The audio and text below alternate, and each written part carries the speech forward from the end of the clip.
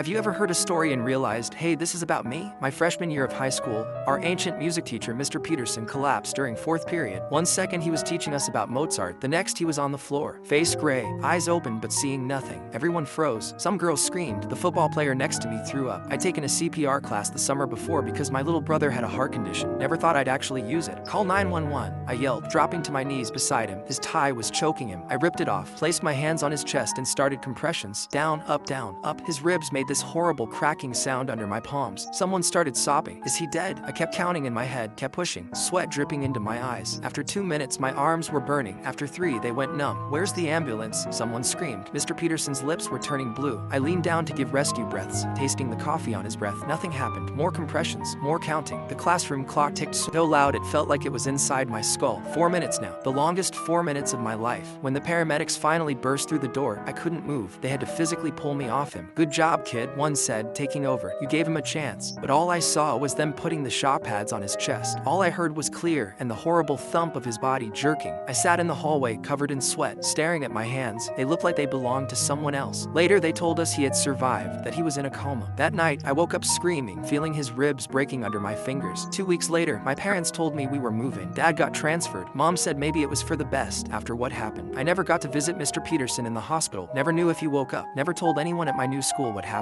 When I transferred schools, I deliberately avoided taking music classes, even though I'd played piano for years. I'd tell people I was too busy, but the truth was, I couldn't handle being in a music room again, couldn't risk hearing classical music and being transported back to that day. That's why it felt so strange when the mystery scholarship interview was scheduled in room 217, the old music room I'd been avoiding for 3 years. I just tried to forget. 3 years passed. I was scrolling through college scholarship applications, desperate for any money I could get. One caught my eye, the Peterson Hero Award, $25,000 for students pursuing emergency medicine. The description was brief. Established by retired music teacher Harold Peterson for the student whose quick action during cardiac arrest gave him a second chance at life. My heart stopped. Harold Peterson, my Mr. Peterson, he was alive. I didn't tell my parents, just filled out the application. Wrote about that day in excruciating detail, how it haunted me, how I decided to become a paramedic because of it. Weeks passed, no response. Then one Friday, I got called to the principal's office. I figured I was in trouble for skipping chemistry. When I opened the door, there was a man in a wheelchair, thinner, older, but those eyes, I'd recognize them anywhere. Took me 3 years to find you, Mr. Peterson said, his voice raspy. You disappeared. He held out an envelope. Inside was a scholarship letter, the Peterson Hero Award, established by a cardiac arrest survivor to honor the anonymous student whose CPR saved his life. You became quite the legend at Lincoln High, he said. They call you the ghost hero. Every year they tell your story to the freshmen. My throat felt tight. I didn't do it to be a hero. That's exactly why you are one, he replied, his hand paper thin but warm in mine. I never got to say thank you. Today I'm in paramedic school.